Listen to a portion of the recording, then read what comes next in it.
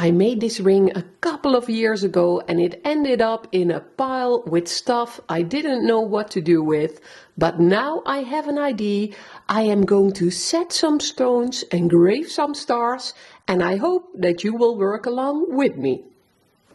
I am going to use my Wever ball vise for this. And I did make a video on my first impressions, but now let's put it to the test. And let's create a nice setting for this tiny 2.2mm diamond. I am going in here with a 1mm lubricated drill.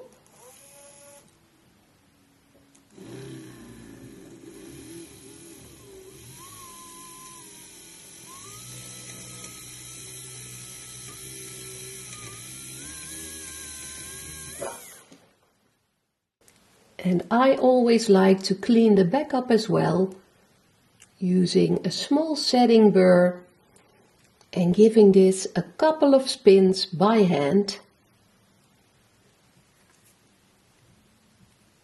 And after drilling with a 1mm drill, I can go in with a 1.5mm burr.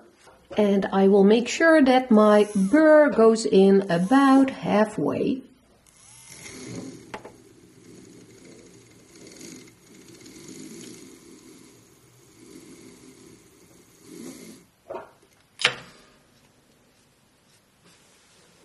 And now I'll open up the top part with a 1.8mm ball burr, just to get a bit more room for my setting burr to fit in nicely.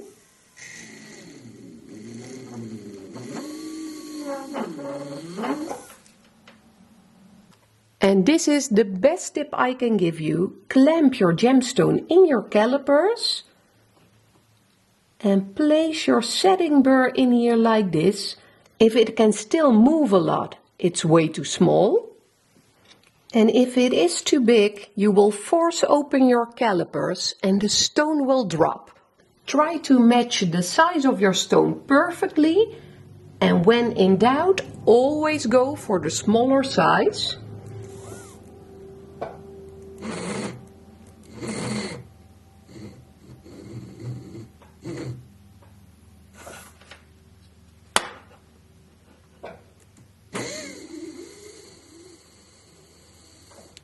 And as you can see, I am going in straight, creating a small edge,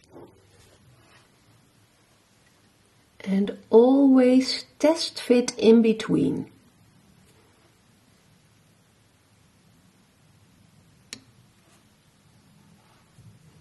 And you can see the small edge appearing, and after every tiny alteration, fit your stone.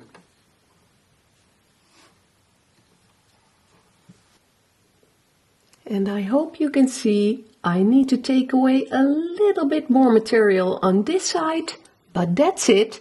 And you really want this to be in there as tightly as possible for the most beautiful result.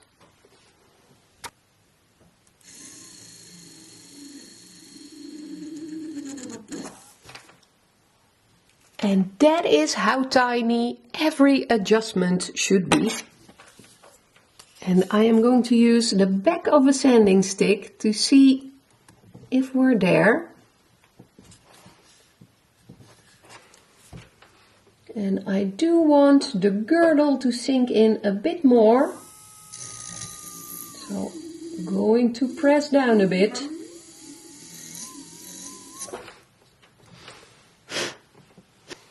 And this really isn't something you can rush. That is where I went wrong in the beginning. And I think that we're there.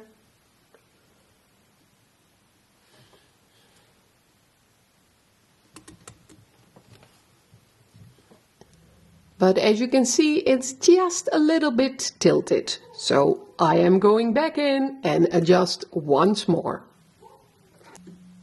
And that is why, if I do have the possibility, I like to drill a hole through and through so I can always pop out the stone.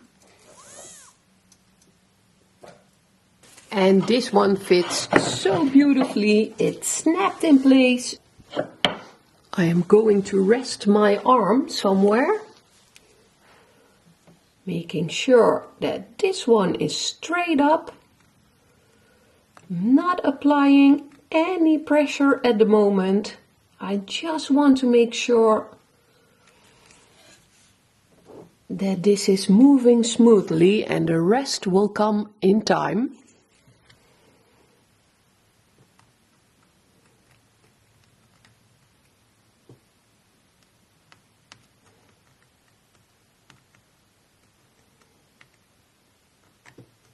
And once you have created that perfect circle, you can start by adding some pressure, but it doesn't have to be much.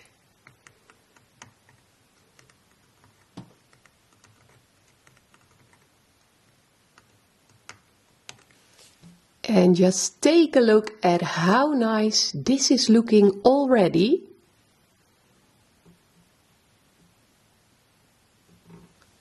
I started out with this fine tip, which is a bit sharper and a bit more suitable for the narrow space, but now I am going to hop on over to this one. And again, you can find videos on my channel where I have showed you how you can make a burnisher like this yourself. This arm is resting on my bench, and as you can see, I am connecting everything.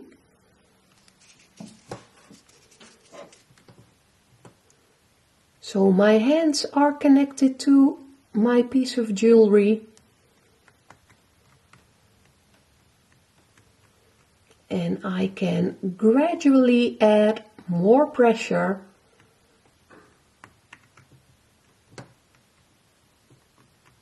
to rub that silver over this tiny diamond. And I don't have a fancy camera system on my microscope, but this is the view that I see when I look through the microscope. A little scratch, but I can fix that, and I am using this microscope to check if my stone is securely in place. I am turning 45 next month, and I really need some extra assistance, and this is the Bench Shatter's microscope from Gaswine. And for me, this really is a great microscope. If you are interested in purchasing one yourself, you can head over to gaswine.com and you will receive a 5% discount on this microscope with the code Estona25. So the silver seems to have been rubbed all over the gemstone, so this can't move anymore, but we are going to test it in a minute. So I have this small drill, and I am really checking up close to see if there is any movement, but there isn't. So we can clean this one up. And these Eve silicone discs are really great for cleaning up. Just take a look here.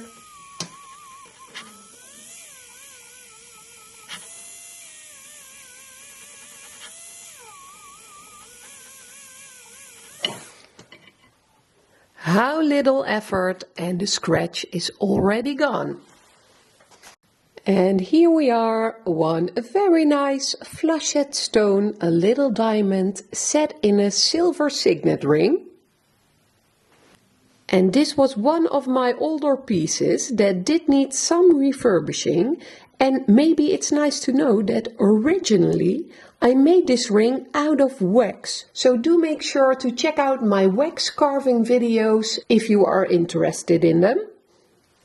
And I am not quite done with this one yet, but let's save that for another tutorial. Thank you so much for watching again, and there's a lot of fun stuff coming up. So I hope to see you again at the next Estona tutorials.